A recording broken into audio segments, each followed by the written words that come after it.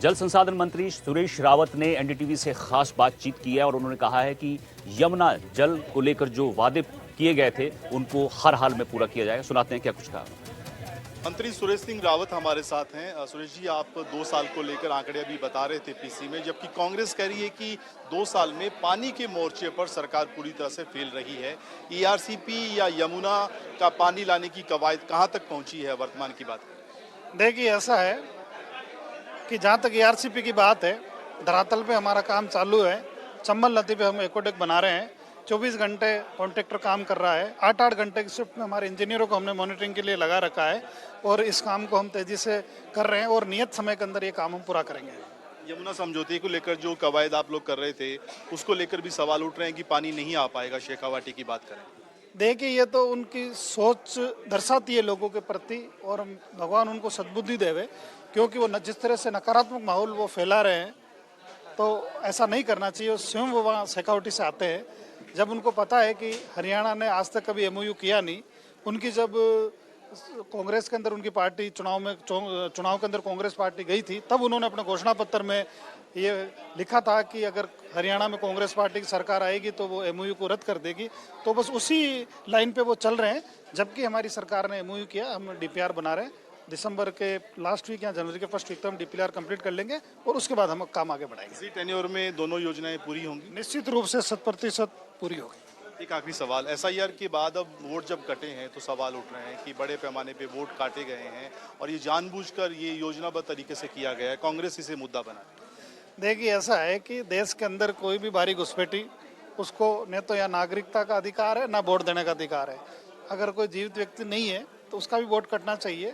बिल्कुल ट्रांसपेरेंसी सारा मैपिंग पे हुआ है और अगर किसी को लगता है कि कोई गलत वोट कटा है तो जोड़ने का प्रावधान है, वो अपना प्रूफ देकर जुड़ा सकते हैं। बातचीत के लिए शुक्रिया। सुशांत पारीक, एनडीटीवी, जयपुर। चलिए आगे बात कर लेते हैं राजसमंद की। यहाँ पर घाटी ग्राम पंचायत है जहाँ गाडरी मोहल्ला है। यहाँ एक सड़क है, 40 परिवार रहते हैं और ये सड़क जल भराव और कीचड़ से भरी रहती है, जिसके चलते ये 40 परिवार जो है वो परेशान है। लोग कई बार शिकायत कर चुके हैं लेकिन उनकी समस्या का समाधान आज तक नहीं हुआ है।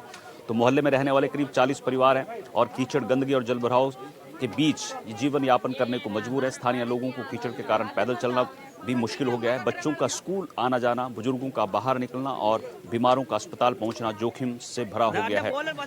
कई बार फिसलने और गिरने की घटनाएं भी हो चुकी हैं लेकिन जिम्मेदारों का ध्यान अब तक इस ओर नहीं गया है। ग्रामीणों ने जिला प्रशासन और संबंधित विभाग से मांग की है कि गाडरी मोहल्ला रोड का तत्काल निरीक्षण कर पक्की सड़क का निर्माण कराया जाए। आ समस्या एरिया के भाई, अब मैंने गद्दा में पड़ रही है ना, फोरा मोटा हाँ गद्दा में पड़ रही है। समोसा देख पाई रहा है कि ये हमली को थी। अच्छा, था पंचायत में क्यों नहीं क्यों? पंचायत में क्यों नहीं होने नहीं कर रहा। अच्छा, होने नहीं कर रहा। हाँ, ठीक है, ठीक है। हमारे सहयोगी हमारे साथ जुड़ गए हैं फोन लाइन पर। तरुण, राजसमंद की घाटी ग्राम पंचायत का जो गाडरी मोहल्ला है, यहाँ के लोग परेशान हैं जल भराव, कीचड़, गंदगी से। प्रशासन से कई बार शिकायत भी की गई है लेकिन आज तक इनकी मांगे पूरी नहीं की है। जी बिल्कुल अनिल, राजसमंद जिला मुख्यालय के पास कुंवरिया तहसील का ये घाटी ग्राम पंचायत है और जहाँ ये जो गारियावास बस्ती है, यहाँ करीब 40 मकान रहे हैं। लेकिन सबसे बड़ी समस्या, जैसे ही मानसून सीजन शुरू होता है और उसके बाद से इनकी समस्या शुरू होती है जो लगातार 6 महीने तक चलती है। उसका कारण है मानसून सीजन के बाद जब नहरों में पानी छोड़ा जाता है तो उसके कारण भी ये सड़कें, ये रास्ता खराब रहता है और उसमें भारी कीचड़ रहता है। सबसे यहाँ जो आने जाने वाले स्कूली बच्चे हैं, ग्रामीण हैं, जो अपने खेतों की तरफ रुख करते हैं, कई बार उनके पैर कीचड़ में सन जाते हैं और भारी परेशानी झेलनी पड़ती है।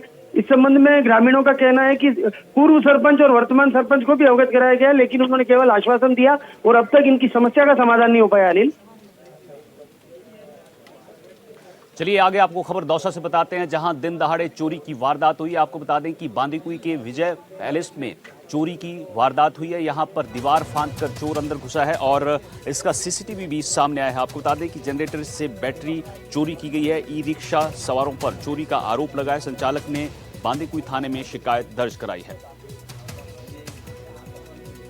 तो दौसा से आपको खबर बता रहे हैं जहां दिन दहाड़े चोरी की वारदात हुई है। बांदीकुई के विजय पैलेस में ये चोरी की वारदात हुई। दीवार फांदकर यहां पर चोरी की गई है।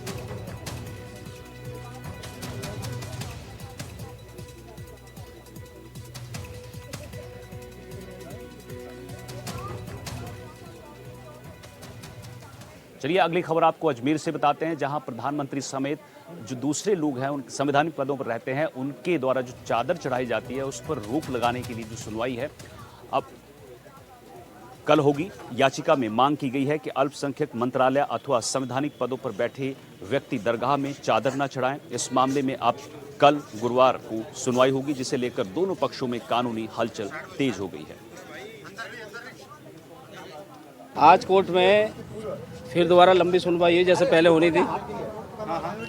151 का जो माइनॉरिटी मिनिस्ट्री की ओर से जो एप्लीकेशन लगाई गई थी उस पर सुनवाई हुई और जज साहब, क्योंकि मेन जो जज थे मनमोहन चंदेल जी, उनकी छुट्टी पे रहने के कारण लिंक जो कोर्ट है वहाँ कोर्ट लगी। कोर्ट पूरी फाइल दोबारा समझ रही है, सभी के गंभीरता से उन्होंने बहस सुनी, हमने लिखित बहस भी दे दी है। अब इसमें कल फिर दोबारा बहस होनी है, कल सुबह 11 बजे फिर दोबारा सुना जाएगा। देखिए, छोटी सी बात ये थी कि हमारे चादर चढ़ाने माइनॉरिटी मिनिस्ट्री जो हमारी प्रतिवादी संख्या 2 है वो किसी संवैधानिक पद की चादर न चढ़ाए, इसलिए हमने प्रार्थना पत्र पेश किया था। उसमें टांग अड़ाने के लिए माइनॉरिटी मिनिस्ट्री पहले तो अपीयर उनका अधिवक्ता हुआ नहीं 10 तारीख को, 11 को एक प्रार्थना पत्र प्रस्तुत कर दिया, हमें सूचना नहीं हुई, हमें बताया नहीं गया। न्यायालय को पोस्टल ट्रैकिंग रिकॉर्ड दिखा दिया गया, उसमें 8 तारीख को मिनिस्ट्री ऑफ माइनॉरिटी अफेयर्स को हमारा जो है शीघ्र सुनवाई हेतु प्रार्थना पत्र डिलीवर हो चुका था। न्यायालय उससे संतुष्ट हुए, उसके बाद उस पर बहस हुई, तो वो बहस की दिशा मोड़ रहे थे कि 6/25 पर जो चादर वाले मामले पर सुनवाई ना होके उनके प्रार्थना पत्र में शीघ्र सुनवाई पर बिना मतलब कोई विधिक कारणों के विरुद्ध अपनी बहस कर रहे थे। न्यायालय ने सुन लिया।